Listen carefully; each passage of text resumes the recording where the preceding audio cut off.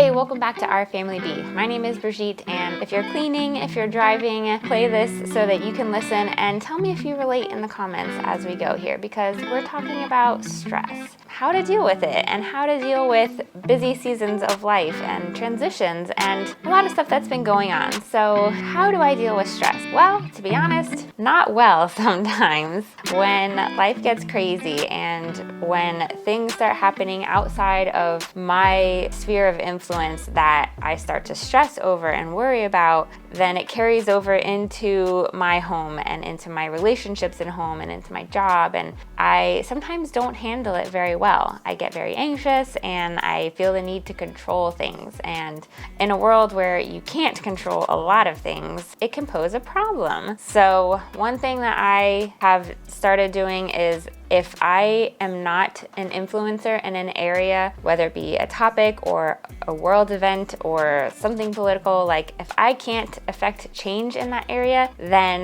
not that I live under a hole, but like I just don't give it the time of day other than to pray about it. Because to me, to sit and stress about it or continue talking about it or listening to things that evoke fear about it, it just puts me in a bad place and I'm in no position to change it. So it's not in my circle of like influence, and so it's kind of like there's no point. There are certainly things that are good to be informed about, but as far as like sitting here thinking about it and stressing about it, it does no good because I can't change it. The things I can change, my family, relationships I have with people, how I manage my home and how I am at work, my attitude, my perspective, my walk with God. Those are things that I have control and influence over. So those are the things that I'm going to focus on. So to give an example, because this is basically all because it ties into the last couple of months of my life, and I have been studying for a boards registry for my job. I don't need it, but I needed some like continuing education points, and so I decided to take a boards registry test for another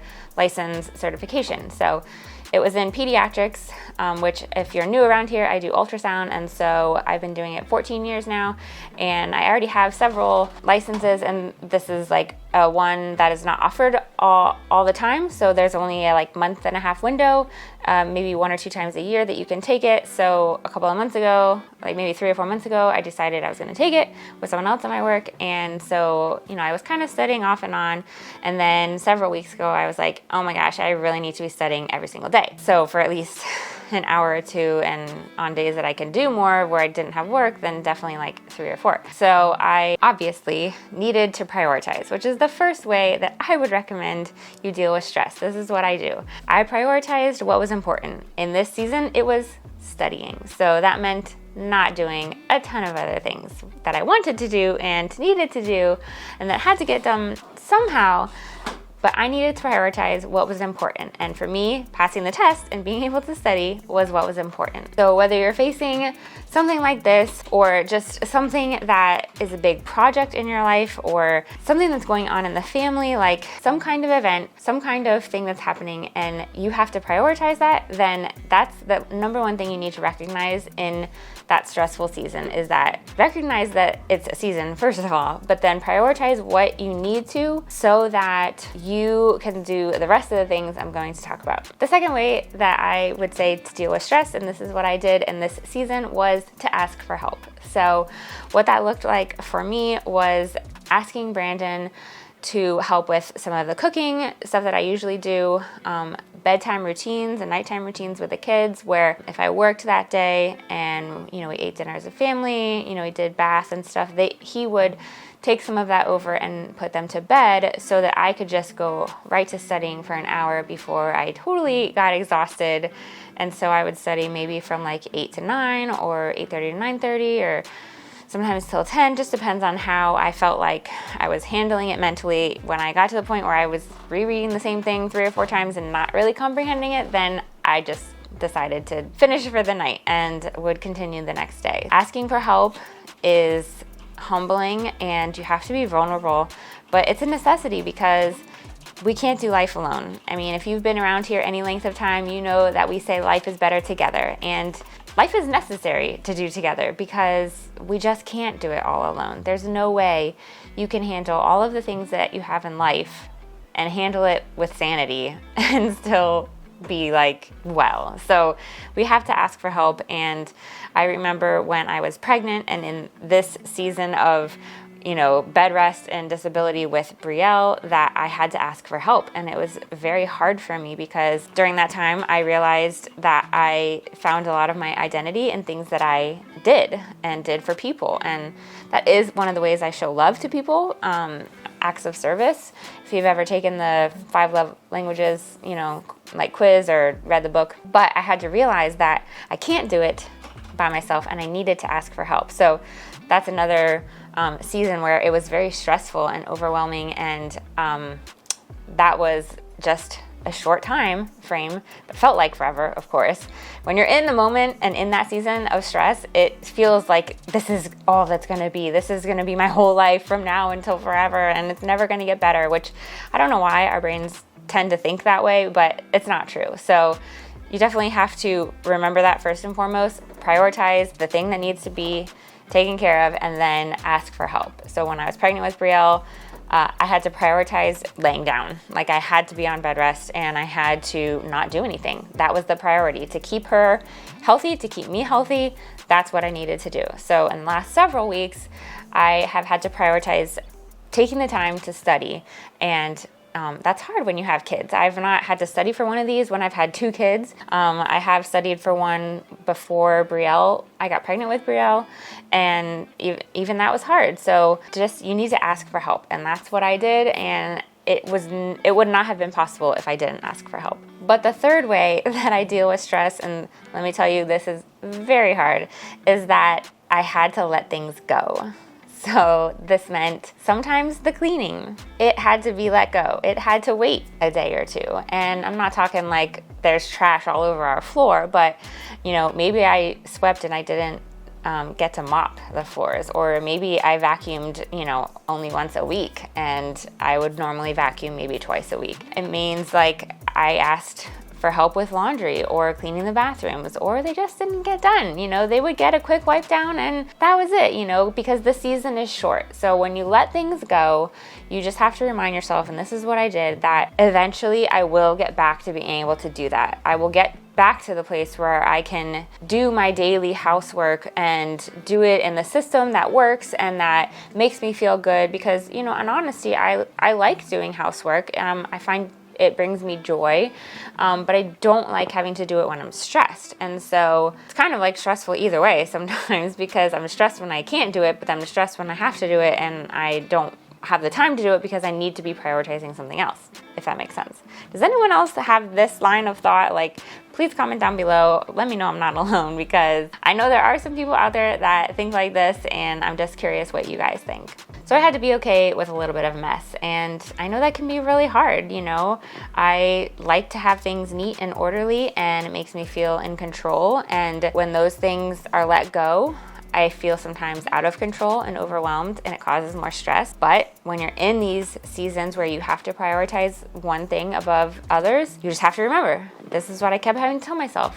Eventually, I will be able to wash all of the sheets again. Like, it's not like it had been that long, but when it's something that you feel like you want to do, or something that just keeps coming up and you're like, man, I've been meaning to do this, but I can't. I need to study. I need to focus. Like, I need to be intentional about this time, because I could easily get caught up doing a billion other things when really I need to take this time, carve it out, and put a boundary around it that I need to study.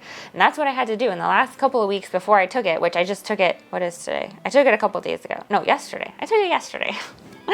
We wrote down on the calendar, which brings me to my next point, that if you are married, you need to be on the same page with your spouse. So Brandon and I, we talked about the whole 2 weeks before the test, and when I was going to be studying, when he was going to take over certain chores and doing stuff with the kids, and when I would have the freedom to just sit and study and not have any other obligations. And, I'm still working full time, and we're still doing YouTube videos. So there's still a lot of things that I had to get done, but we talked about how I could accomplish the study time that I needed and to succeed at the other things, although maybe not to the exact expectation that we maybe originally wanted, but we had to prioritize. So it goes back to my first point, we had to prioritize in every area, not just the study time, but then all the other things. Like, okay, of the things that are left, what is the priority, you know? And like when I was on bed rest, what was the priority? Okay, keeping me healthy and her healthy, and, you know, keeping her in. Then, okay, the other priorities, okay, well, you know what, we're going to sacrifice some money, and we're going to have someone come clean because I couldn't clean.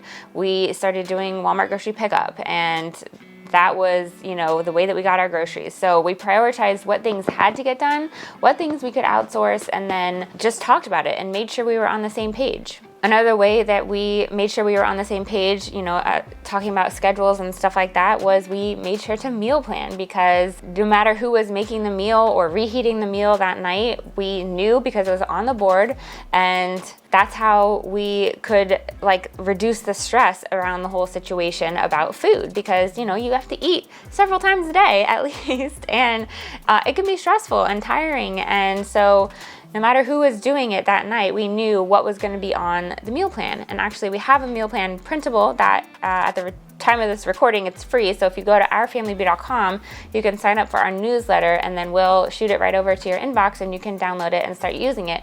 But it's super helpful because it kind of meal plans backwards, and you do inventory first, and then you build your list from what you have. And so you shop with your budget, not with your belly. And so it's such a great resource. We have been using it and love it, and it's the way that we find is the easiest to meal plan and do it with a budget in mind. I know that this world, and especially right now, can be super stressful and very overwhelming, and definitely if you're feeling that, you're not alone, because a lot of us are feeling that. And in addition to doing all of these things that I talked about to try to reduce stress in overwhelming and stressful times, or maybe it's a transition time in life, the number one thing too that I would say to do is to pray. And as a Christian, you know, we follow what the Bible says, and we believe that God is sovereign. And so none of this is new to him. This isn't a surprise to him. All of the things that happen to us in our lives or that are happening in the world is not like, oh my gosh, I can't believe that that's happening. Like, oh my, what am I going to do? Like, no, he's God. He already knew, and he already has a plan. And so for me, that brings me such comfort, because I can trust in him and know that it's going to be okay, and that I don't need to stress and worry. So when I think about decisions that we have in the future, and we have a lot of things coming, you guys. Like, I know we haven't talked a ton about it. We mentioned one thing in our live that we did, and we have a lot of things coming, but we also have a lot of decisions to make. And in the last 8 months, we've made a lot of decisions in our life to change our life course and jobs and stuff. If you missed that video, it'll be linked in the description box below. But we have so many decisions, and like, we constantly pray for wisdom and direction, because we believe that God will give that to us. And that brings me comfort when I feel so just like unsettled, because I know I can trust him. Like, I know he's bigger than anything in this world, and he created the world. So of course he's bigger, right? And I know that he is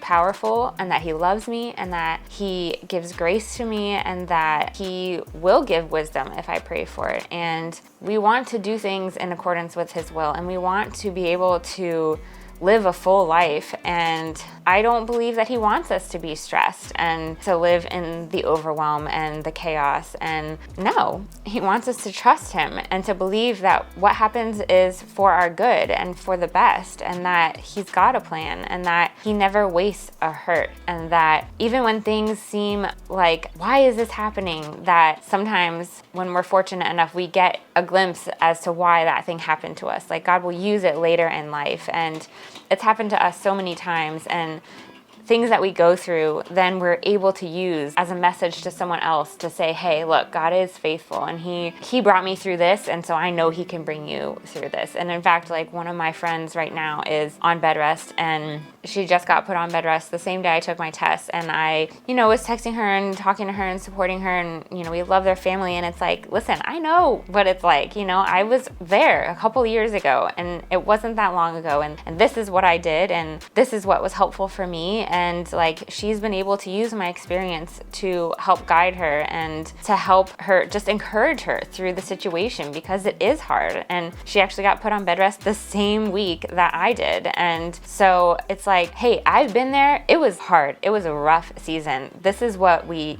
came up with to help with it in our situation. And, you know, if any of those things you can do to help with your situation, like, I really believe they would, you know, help you to carry through in the last like couple of months of this pregnancy to bring this baby girl safely here. And so the fact that I had already been through something like that and was able to encourage someone else with that is awesome. Like, I think that is what we're supposed to do. Like, we are comforted by God so that we can comfort others. Like, we're encouraged so we can encourage others. We're blessed so that we can bless others. And so I just want to encourage you guys that if you're in a stressful season, or you know someone who is and you've been through something similar, like, encourage them, reach out to them, because we can't do it alone. Life is better together. And if you've not subscribed yet, make sure you hit the button down below and the notification bell so you know when we post new videos. We have a lot of stuff coming and we don't want you guys to miss it. So until we meet again, don't forget, life is better together.